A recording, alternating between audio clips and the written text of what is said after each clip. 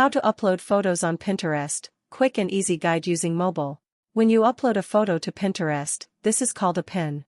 Pins can be shared with others, added to boards, liked, and more. If you want to upload multiple photos, you can use an idea pin. Just be sure you have permission to use the photos you're uploading. This video will show you how to add, or pin, a photo to Pinterest using iPhone, iPad, or Android. Number 1. Open the Pinterest app.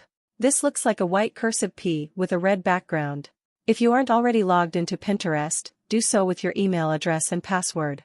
Number 2. Tap plus. You can find this at the bottom of the screen. A pop-up menu will open. Number 3. Tap pin. This is the center option. Number 4.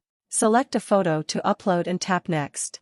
You'll be able to select from your camera roll or gallery. Make sure you have permission to use the photo before uploading. If Pinterest only has access to certain photos, you'll see Manage at the top. Tap this to change the permission. Number 5. Add additional details and tap Next. You can add a title, description, and/or destination website. This is optional, but adding more details can help you gain traction on your pin. Number 6. Save the pin to a board.